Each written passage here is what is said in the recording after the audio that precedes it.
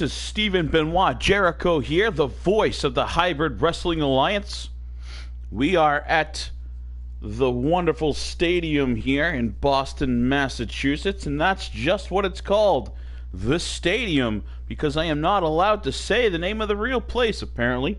I got in trouble a couple episodes ago, so we've got to actually rename the arena, because I'm not allowed to say what it is actually called. Kind of a funny little story that we are dealing with. Getting ready here, shooting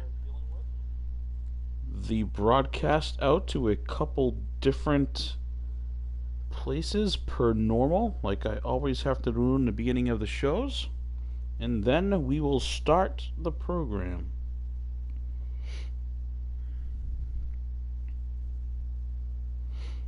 Just giving a chance to get this up on the websites.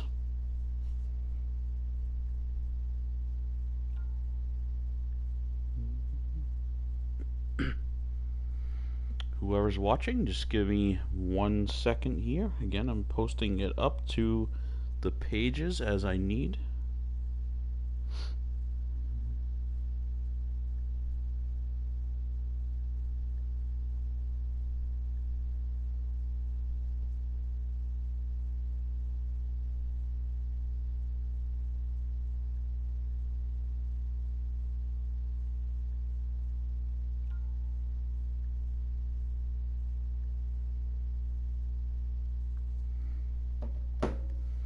All right, here we go, folks.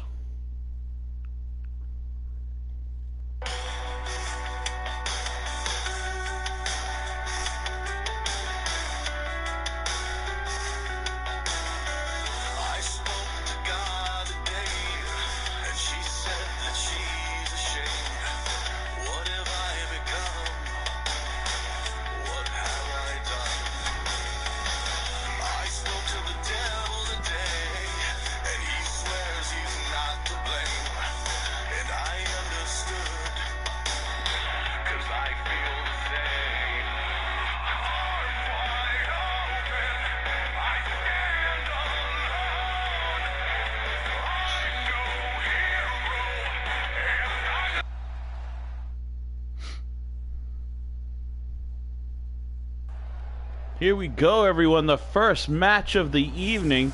This is Michelle Kazarian taking on the Dragon Queen, Fiona, to open things up tonight. Those of you that jump on, I see there are a couple people now. Make sure you click that like button. If you can take the time to click on the show, it only takes you 0.2 seconds to hit the like button as well.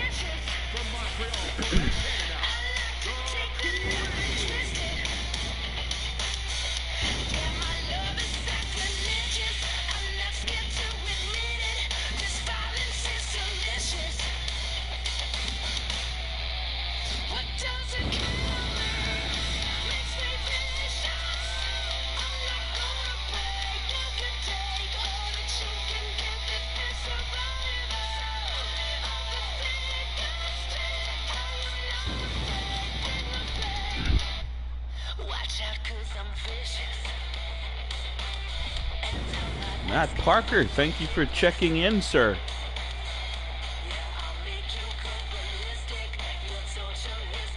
Is this Caleb Shaw's agent, or is this actually Caleb Shaw on here with us?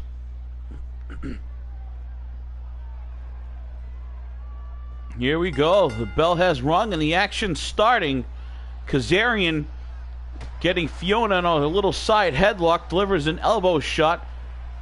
Fiona kind of curious here, decided to keep that cap on while she's in the ring. Maybe she thinks that it'll soften the blow from some of these elbow shots that Kazarian likes to deliver.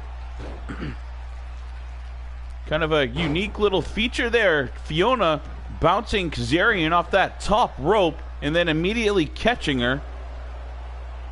Got her back up again. Fiona is just tossing Kazarian around here early on in this match.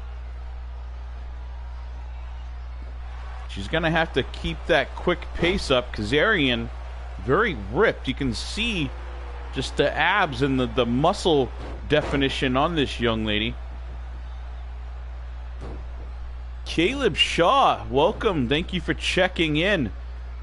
I haven't seen you really since that incident with Iron Bison here a couple shows ago. Not sure what happened with that. It's kind of curious of what you two were saying to each other standing in the middle of the ring there.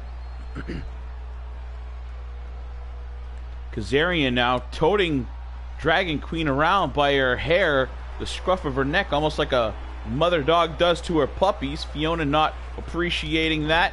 Delivers a nasty drop kick right to the chesticles. Kazarian is down for just a quick 1 count. Fiona back all over her here. You can tell Fiona's gotten some new ink done over the last couple months here. Very proud of her new tattoos. Not sure if I'm very crazy about the hair blending in with the baseball cap she has on. Folks, it's hard to tell, but she does have a baseball cap. You can kind of see the brim there. It's the exact matching color. Oh, drop kicks her off the apron. Kazarian holding her chest. Could have possibly broken some ribs. She landed on her back, but ends up holding her chest there.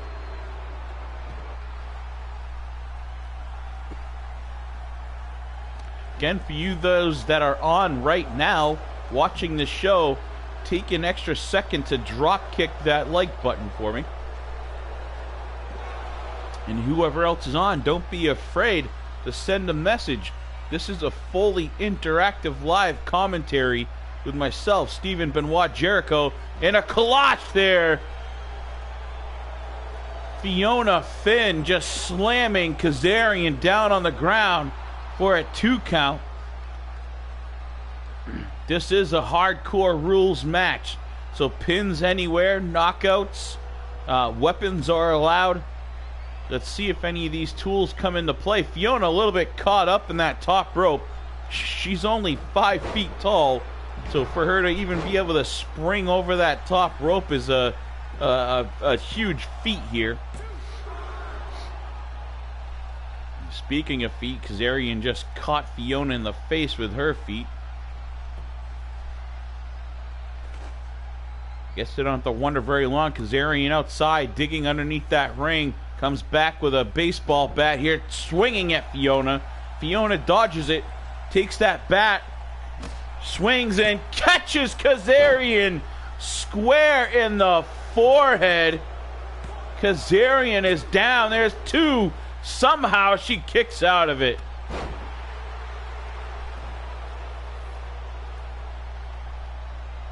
Great. I thought I had the night off, but Clearance is here checking in the Twitter feed.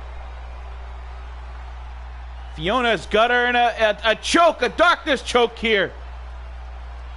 This could be the end of the night. She's got it locked in deep. Referee right on top of things, and Fiona lets her go.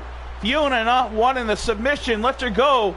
2, and there's a 3 count. The Dragon Queen let go of that chokehold so she can lay down and get her for the 3 count.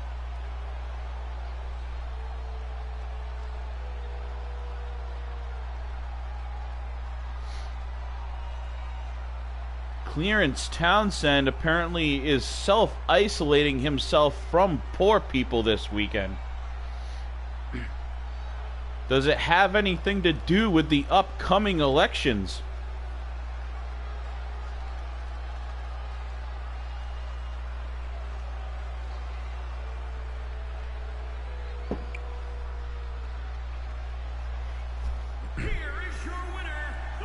Speaking of the upcoming elections, there's some pictures going around that we saw recently of our very own DTM actually out on the campaign trail and having photos taken with President Trump.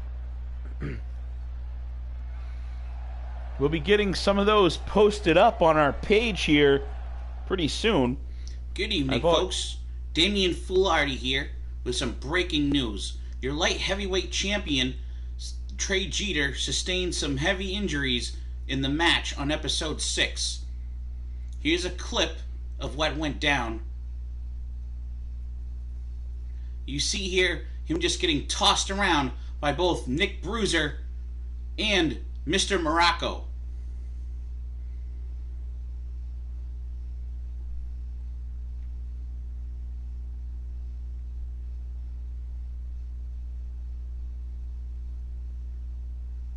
It has been agreed that Jeter will be released for the remainder of the season and his title vacated.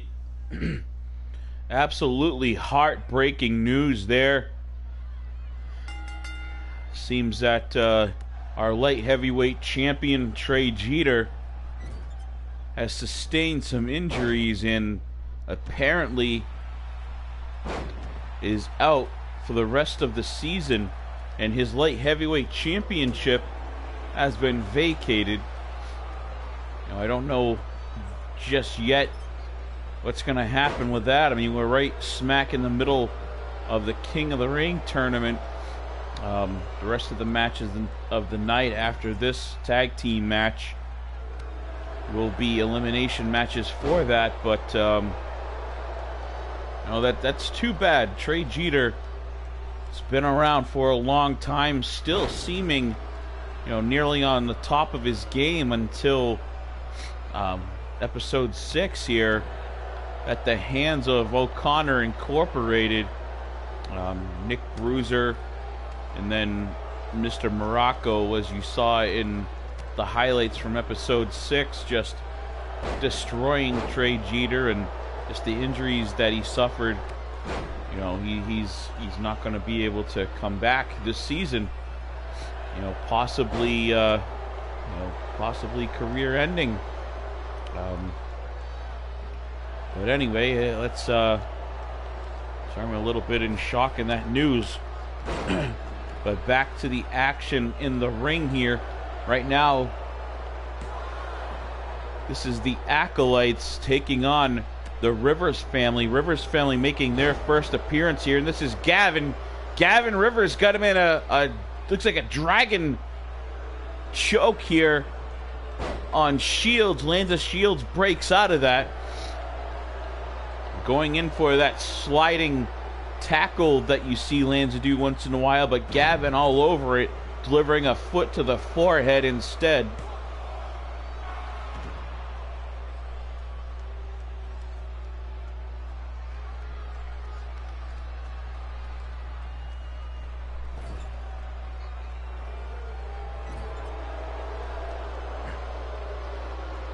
Dylan Bates makes a tag. Lanza Shields having a tough go at things right now. Gavyn Rivers is a one-man wrecking crew, taking out both members of the Acolytes so far. Tags in his brother. This is Noah Rivers in there. As you can see, down on the bottom of the screen, I didn't see him when he entered in here, but the manager is none other than the legendary father of Noah and Gavyn. That's the great Joe Rivers.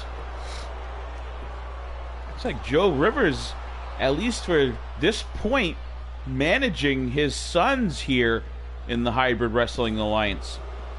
Speaking of sons, Noah Rivers just takes... Oh, his cousin. I'm sorry. Cousin, I thought I said that. Anyway, Noah Rivers tossing Dylan Bates up over the top rope.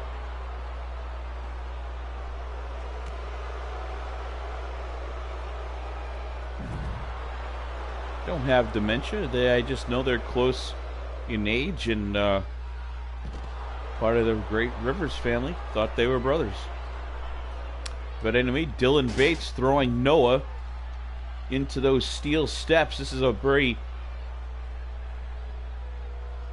very dangerous place for Noah to be hanging out over there with both members of the Acolytes in that corner. Noah, instead of taunting the crowd, needs to get him. Oh, Dylan Bates just delivers an uppercut below the belt here onto Noah Rivers. Noah, you can see there sitting on the ground, sort of holding his private part still cut a heck of a shot from Bates.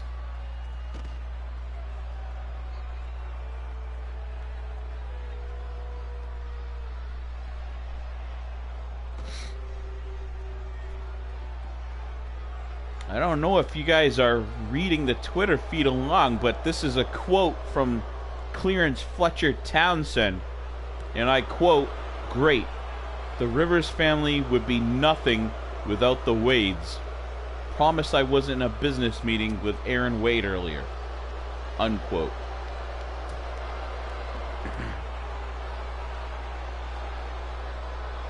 Now, I know Joe Rivers and Bobby Wade go way back. They started their careers similar time frame, and they did battle throughout. It was really primarily 3 E-Feds they were typically in together, not really extending their reach until the later part of each other's careers. But I don't know if really one would be as successful as they are without the other, to be honest.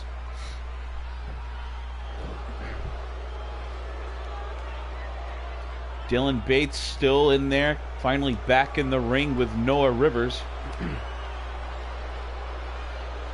So Townsend, while you're on there, is Gavyn the son of Joe, or is Noah the son of Joe?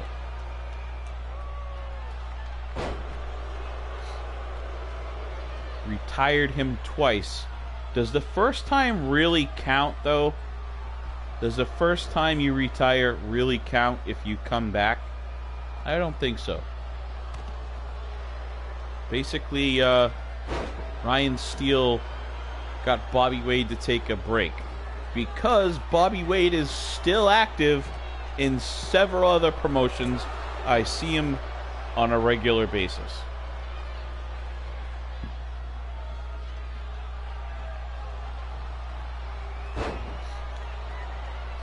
Ah, that clears that up. Lanza Shields in here now, taking on Noah.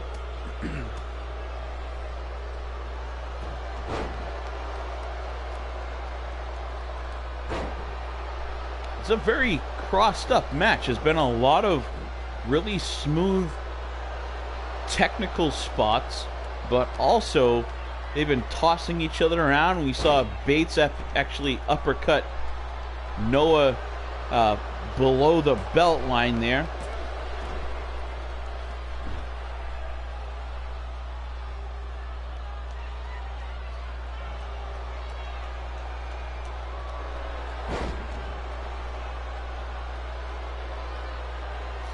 Noah Rivers finally going over and tagging in his cousin. Gavyn was very successful in the start of the match here. Noah not really having the same type of success as Gavyn did. So let's see if he can spark something again here, taking on Lanza. This is how he started the match, folks, so it's come full circle.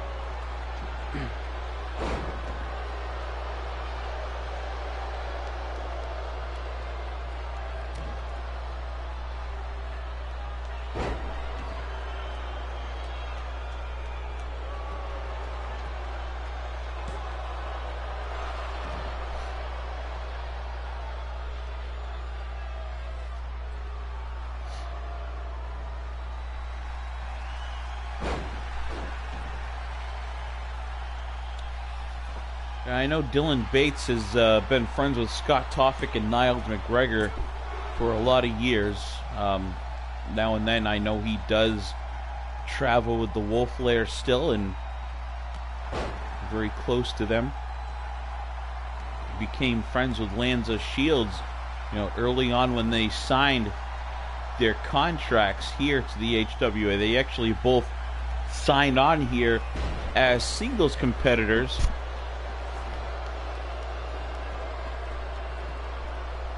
Gavyn going for a pin. There's 2 and 3. Rivers family picks up a win over the Acolytes here. Good debut for Gavyn and Noah. A strong showing here. These two young men have been very successful in their singles careers, you know, in IWA and other federations. So let's see if we can put them together and equal gold here in HWA in the tag team division.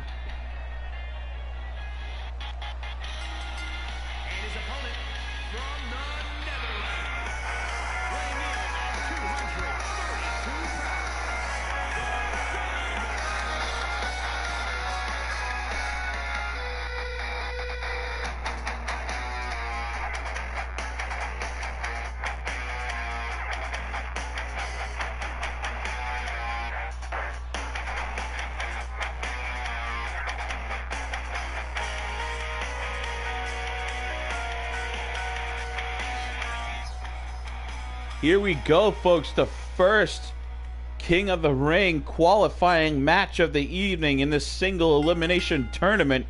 We have a couple old friends here. We saw last episode Dyrgos actually came in the ring and attacked Sander Cool after the match. When Dyrgos went to deliver a top rope move, we saw Nora sort of dive in the way, protecting Sander, actually kind of kicking Dyrgos out of the way while he was in midair. And later on, through the Twitter feed on the group page, we found that Martrix apparently backing his brother's play. It's a pretty strong coincidence that the two will be able to face off here in this first round. Again, one of these two, their road to glory, road to that King of the Ring match will end here. And I'm wondering if that will cause more tension from the loser of this match in their kind of tricky situation they have going on as it is.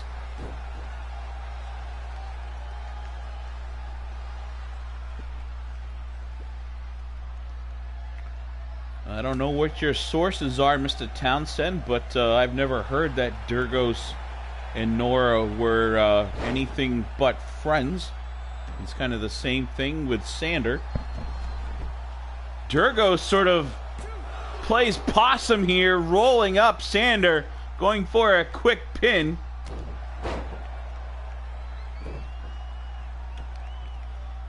These two doing a lot of back and forth at this point. Now Dyrgos delivers a beautiful executed move here.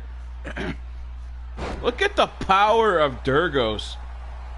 He just shocks me more and more every time I see him in the ring. We all know how extremely athletic he is, but the strength of both Dyrgos and Martrix just still kind of shocks you.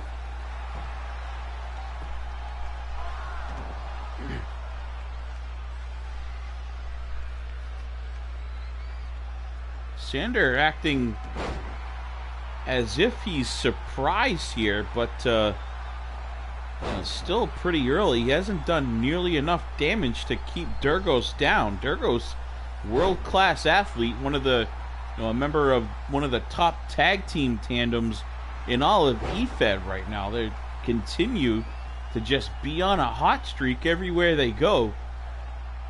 And because of their success, I was honestly surprised seeing Dyrgos sort of turning on Sander here.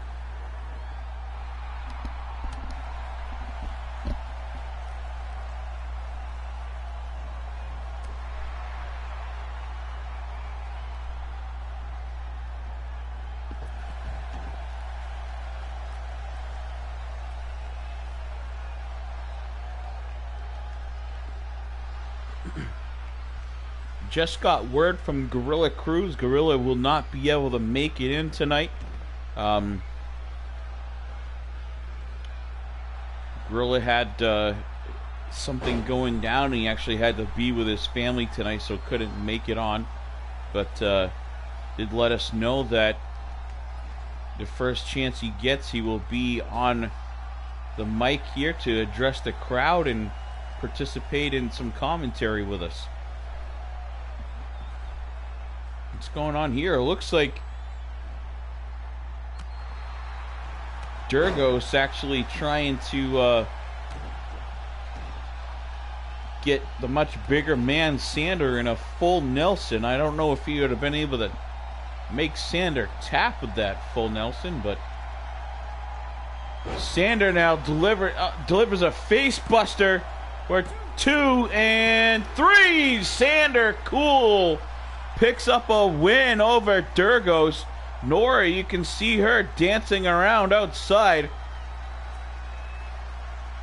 clapping there with approval as Sander picks up the win. Very curious to see how this one plays out within the Resistance and Crew faction here. Will this sort of stop Dyrgos' rampage, or will this sort of fuel the fire, so to speak, even worse? Here is your winner, the Nonetheless, Sander cool. I know Clarence Fletcher Townsend be very happy over the results of this match. Sander cool will move on in the King of the Ring tournament.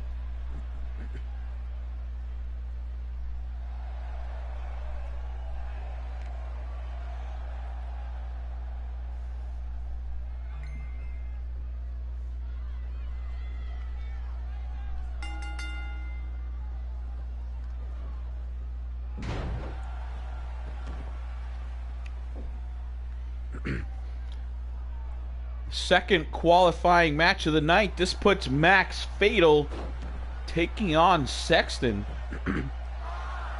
These two, I hear, are very familiar with each other. It's actually the first appearance for both of these men here in the Hybrid Wrestling Alliance.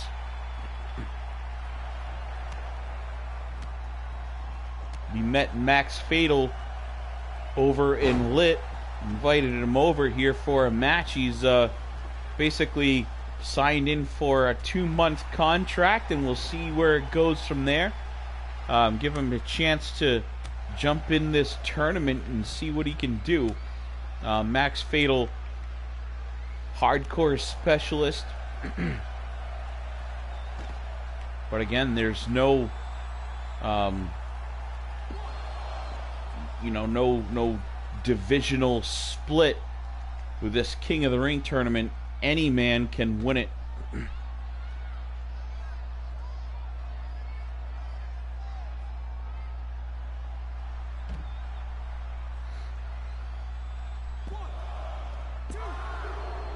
Max Fatal coming up with a quick pin attempt on the outside.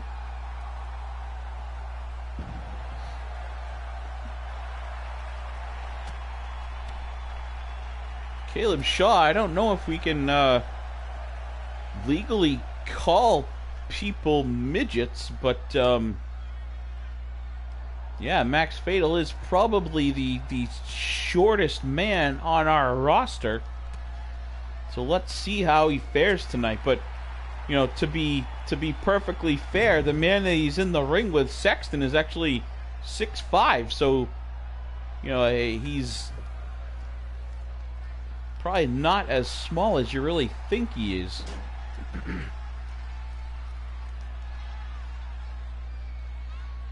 There you go, Mr. Shaw. Little people, that's probably a little more politically correct, because we know how soft and easily upset this generation is, even in a combat environment like the wrestling industry is. Sexton here grabbing a ladder, but doesn't get very far with it. There, Fatal trying to pick that ladder up and make himself normal height. Sexton not wanting any part of Max Fatal, you know, becoming on the same level as him, tossing him back in and easily coming up with a big vertical suplex.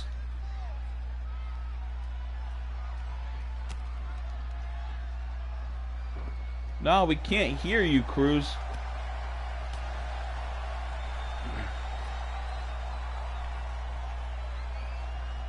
I think you have to jump in and join the chat group that I made. It's PlayStation changed sort of how they did things. Usually you could jump in with me, but I think you have to jump in and be part of the little group that I started.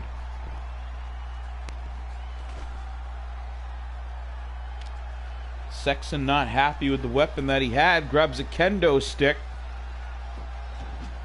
Swinging at Fatal. Fatal, not the very quickest or most athletic or most agile or the strongest or the best looking or the most intelligent, but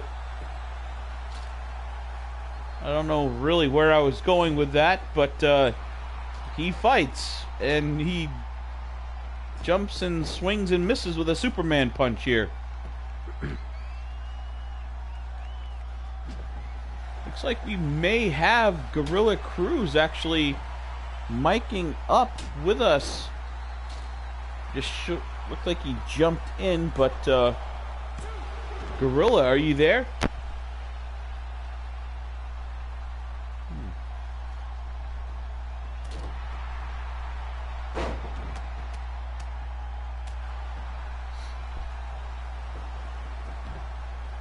Max Fatal not really faring very well in this one, that's for sure.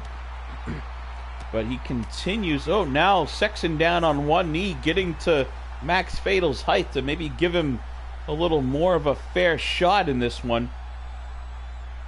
Sexton just kind of showing off, doesn't think that Fatal has a chance here, not really taking him very serious, and here this could be the end. Now Fatal kicking out. Max sits right up pretty quickly on the attack here. I don't know what he's going to do to beat this guy that's, you know, he's definitely head and shoulders shorter than his competitor here. Yeah, definitely stunted growth. And say anything you want, but you know, in all reality, he is here and he made it to professional wrestling, and you know, I don't think you can make it onto this level of any professional sport unless you excel at what you do, especially if you're so undersized.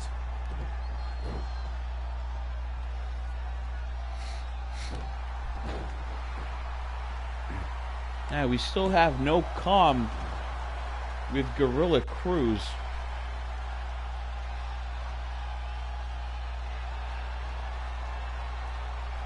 Fatal continuing to just get sort of manhandled here. Oh, a little single leg takedown. That's what Fatal needs to do. He needs to take the legs out, keep the much larger man down on the ground. Maybe, there you go, use a weapon, and that's exactly what he needs. He takes the legs out from under Sexton here, going for a pin. Fatal, no. Did some damage here as his opponent is just down, not moving.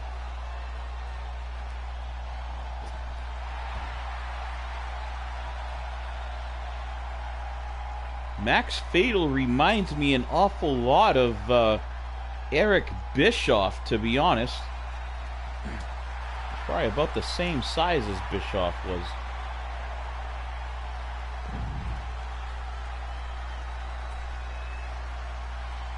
Tell you what, again, you can say whatever you want about the guy, but he is not giving up here. He keeps trying and trying, kind of like the little pokey puppy or the little engine that could, and he's just not giving up.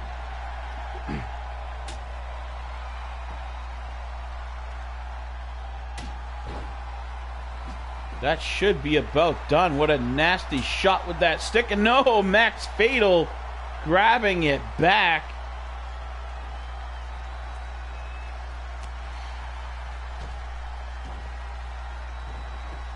Fatal there with a huge punch. Flip-flopping around on the ground. And a 2 count. You got to watch that replay. Almost looked like Fatal pulled something out of his trunks.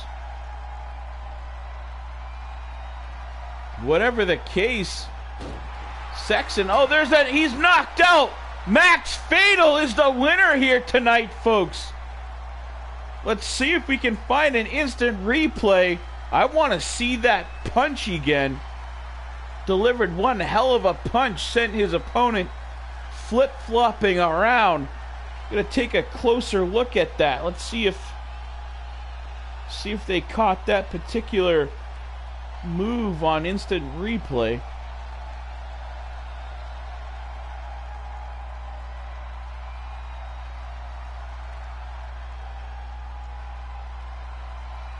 Nah, it doesn't look like they caught it.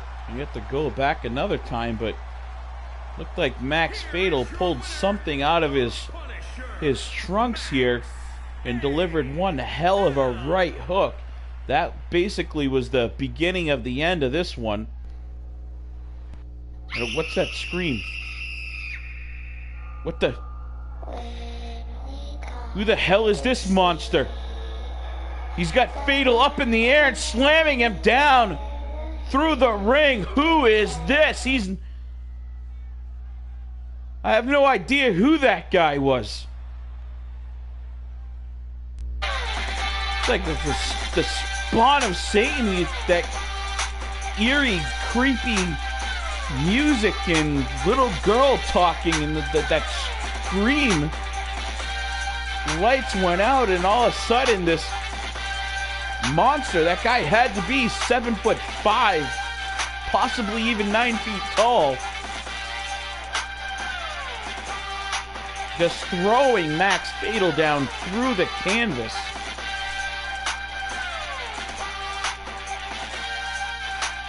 And it just gets creepier. This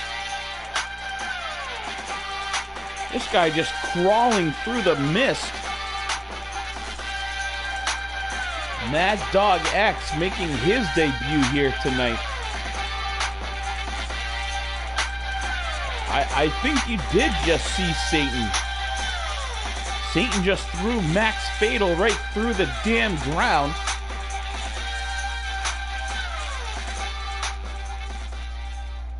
Not sure what that demonic entity has for a problem with Max Fatal, but for whatever reason, he decided to show up and just slam Max Fatal right down through the apron here.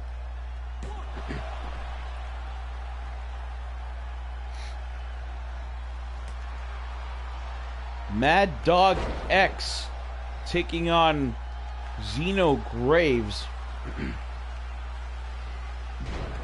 Graves, a former member of the old HWA regime.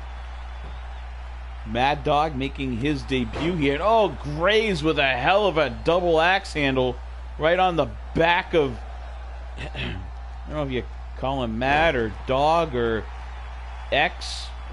I guess we'll call him X. Double axe handle right on the back of X's head here.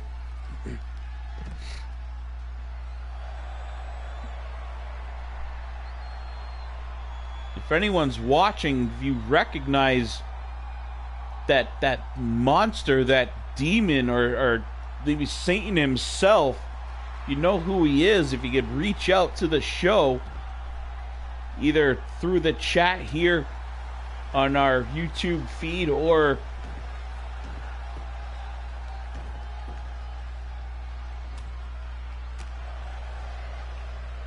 Caleb Shaw, you're referring to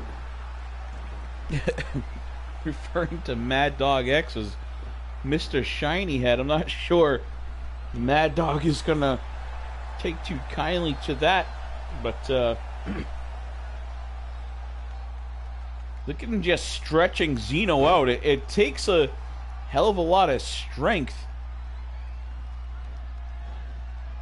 to manipulate a grown man's body like that. It doesn't quite, you know, that's kind of an old school move. We don't see a lot of that anymore. Back in my days in the ring, people used to actually tap each other out using that move.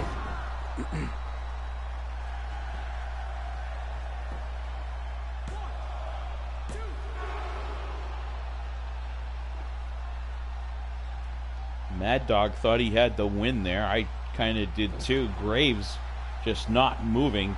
Huge slam, just knocked the wind out of him. Graves now trying to mount a comeback. Series of double axe handles, props back up with a kick to the face. Sort of Pele kick there.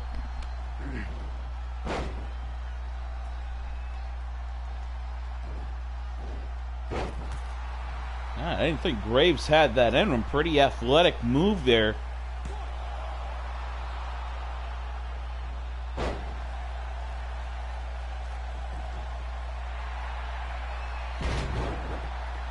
I say we just sort of start ignoring everything that Clearance says here in the Twitter feed. I will, let the fans decide whether they want to follow along there in that right-hand column and listen to the malarkey that Clearance has to say on a regular basis. And if you were a smart fan, you would just pay attention to what's in the ring and not bother listening to anything Mr. Townsend ever has to say, basically. I'm just glad we don't have him mic'd up with us here tonight, so we don't have to listen to him talk, so I guess that's kind of a relief. Looks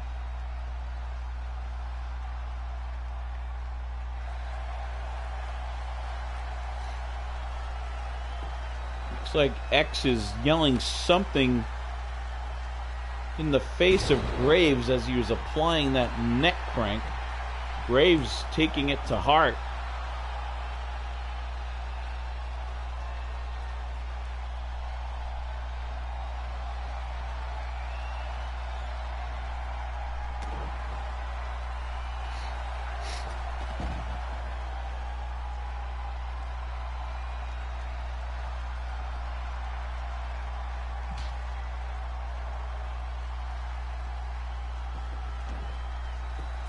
One thing for Graves, it seems like he's wanting to keep it in the ring. The Graves that we're used to seeing always seems to... Oh, I was just going to say, always seems to find himself outside the ring digging for some sort of treasure under the ring, and he brings in a chair here, swinging. X must have known he was coming back with it. Dodges that chair shot. Looks like X took it personal now as he is back on the attack. A pinning move here.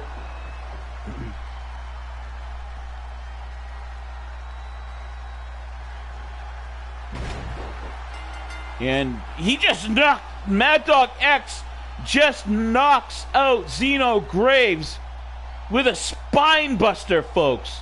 Just a spine buster. Knock Graves clear out cold. What sort of power does it take to knock a man out cold with a spine buster? Again, kind of a old school move, but the force that he just had to put on in order to knock another man out. Graves is still laying on the mat out cold. He didn't even hit him onto the chair. Just back hitting canvas. Your winner, David Mad Dog X.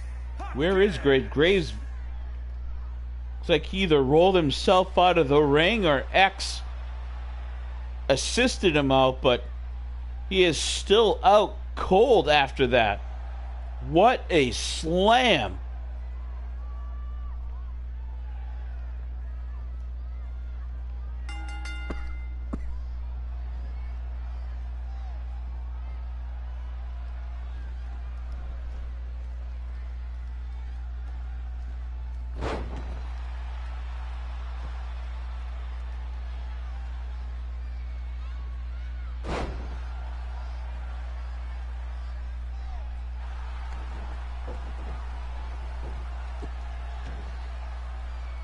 Now, we spoke a little bit about the Wade family versus the Rivers family. Now, here we've got Aaron Wade, who just gets punched out of the ring, taking on Dalton Vandiver.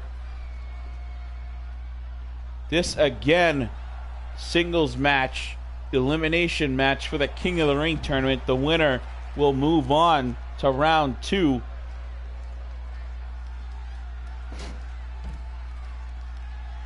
We all know the type of mean streak that Aaron Wade has. I haven't really seen a whole lot of this Vandiver character.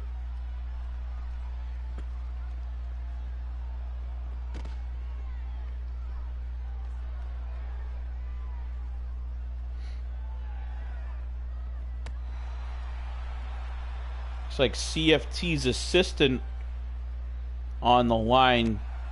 Apparently Mr. Townsend is on a Zoom call with investors talking about Aaron Wade.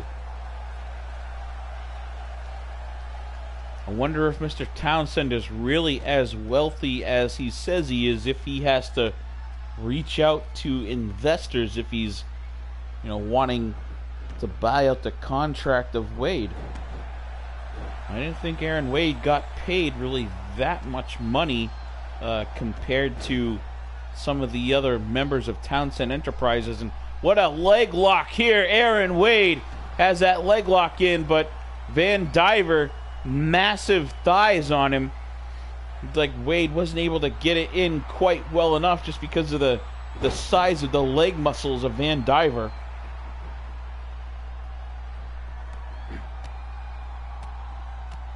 This young man has a great physique, much bulkier and stronger looking than Aaron Wade.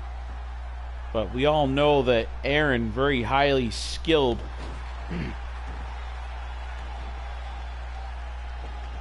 Aaron's made a career taking out much bigger and thought to be tougher opponents. And by doing tactics just like that, the nasty drop kick right to the patella of Vandiver, taking the legs right out from under him. Very difficult to pull off some of his moves if you take that, that strong base out from under him, as he takes the life out from under him here with a nasty DDT. Aaron Wade just continuing the punishment here on Vandiver.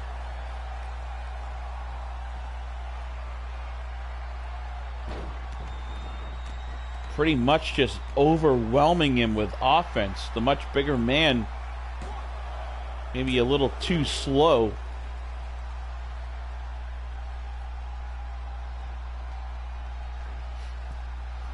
Aaron Wade climbing to the top, flying and going for that double foot stomp. Vandiver shuffling out of the way just in time, but I guess it doesn't matter as Wade delivers a power bomb.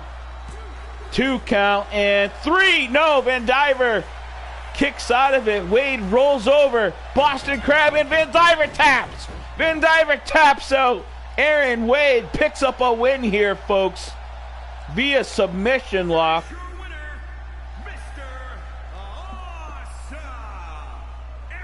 Great showing for Aaron Wade in this matchup here. King of the Ring qualifying match. Aaron Wade will move on. Lots of Aaron Wade talk over the news and, several matches going on.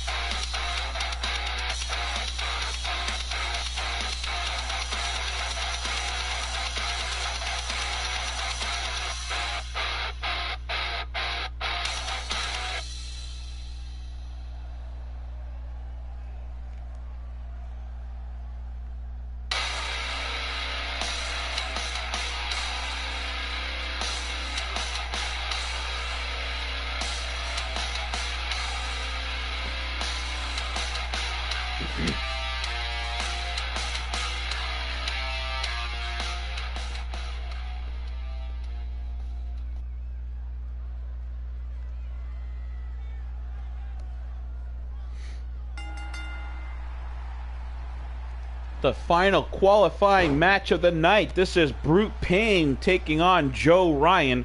We've seen both men only once or twice so far here in HWA.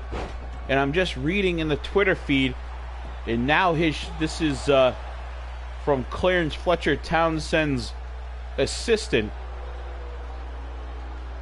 And now his shareholders seemingly have come to an agreement. Yeah, it's pretty convenient that they come to an agreement once they make sure Aaron Wade wins the first round matchup here. Pretty damn suspicious timing, if you ask me. I wonder if they still would have come to an agreement and probably signed Mr. Wade if he had not won that match.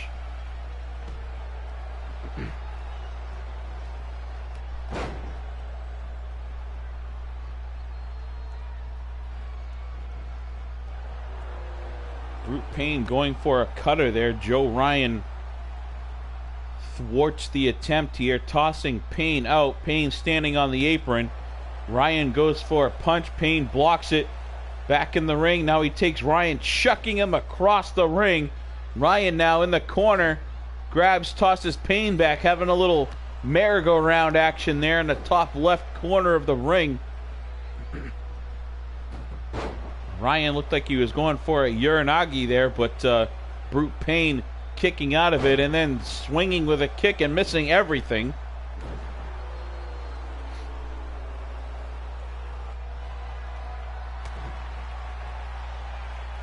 Brute Pain with that big head of his just delivering a nasty headbutt to the forehead area of Joe Ryan. Don't mix that up with Joey or Joseph Ryan.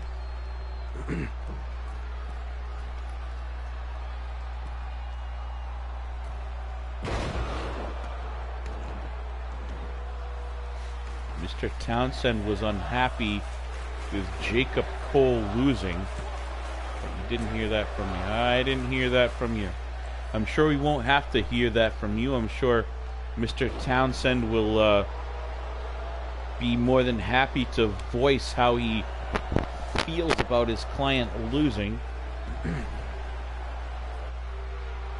Joe Ryan now tossing Pain outside. Here's a quick pin, but seemed like it took the referee a little bit too long to slide out of the ring and start the count.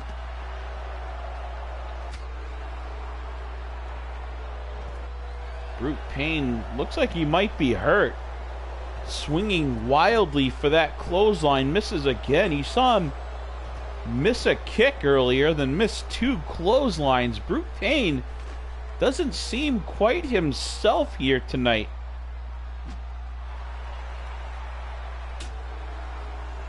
Pain usually very technically sound, very good stamina, but almost looks like he's under the weather. Pain possibly sick. I'm going to have to do a little research, but he is definitely moving slower than normal. I don't know if there's some underlying injury or something like that that, you know, the trainers did not make us aware of before the match started.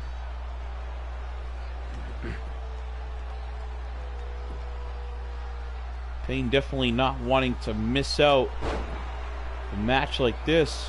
You know, if you've all been on to the Hybrid Wrestling Alliance page or Hybrid Universe page, you know the ramifications, the stipulations, and the benefits that you end up with if you can make it through this King of the Ring tournament and then make it through the final 5-man over-the-top battle royal to become the King of the Ring.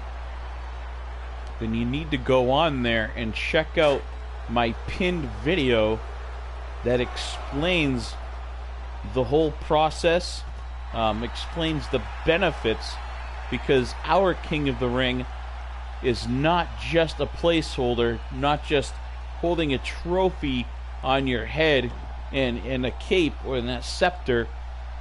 Our King of the Ring actually has power.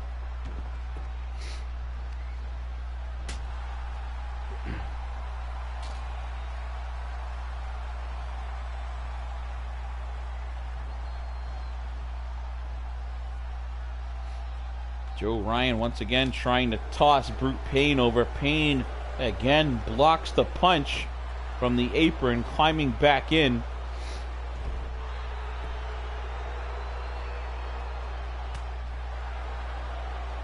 Still, it doesn't really seem that either man having much of an upper hand in this one. Normally I would say, oh, there's a cutter, that's gotta be it. Brute Payne, 2 and kicks out. Normally I would say Brute Payne highly favorite in a matchup like this. Joe Ryan virtually an unknown here. Brute Payne, you know, for all intents and purposes, a superstar. And merry-go-round into a pile driver out of the blue. It looked like he came to life on that one. Brute Payne using what's left of the energy within him to come up with a win here, stealing one from Ryan.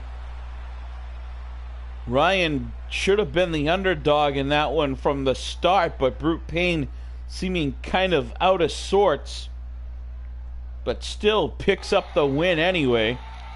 And what's this? It's the Hardcore Champion, Tommy Wolf. Tommy Wolf clubs Brute Payne with that Hardcore Championship. Brute Payne is out cold, folks. Payne called out Tommy Wolf, and it looks like Brute Payne got his answer. I don't know if it's the answer that he was looking for, but he got one.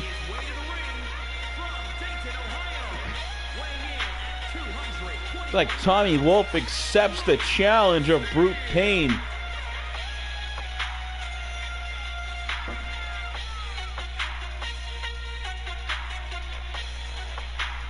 And this is the moment that you've all been waiting for, folks. Ryan Steele coming out here with Mr. Townsend to address the crowd. Basically, a couple shows ago, Steele ended the career of Longhorn Jim, cracking his skull wide open to a point where it's never really going to heal fully. Let's see what he has to say about his actions. Okay, you want me to talk? You guys want me to talk? I'm talking. Now, to back my actions up, Dre Havoc, yeah, he tapped out. He bowed to the Prince of Ohio. Now, Longhorn Jim, yeah, he bowed too. He's having his supper through a straw. And that's the best news ever. Now, I want to tell everybody that my reign of terror will continue until Townsend Enterprises and myself get the respect that we deserve. Bow to the Prince.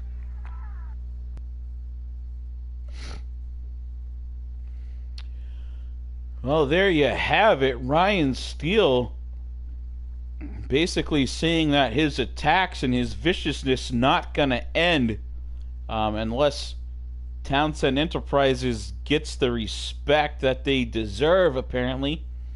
Now, that's the first time I've ever heard Ryan Steele actually talk. Well, I hope you enjoyed the show. Remember, like, subscribe, and thank you all for tuning in. Thanks to you that participated in the YouTube chat. I'm really not happy about this new audio chat method. It doesn't seem to be really working that well.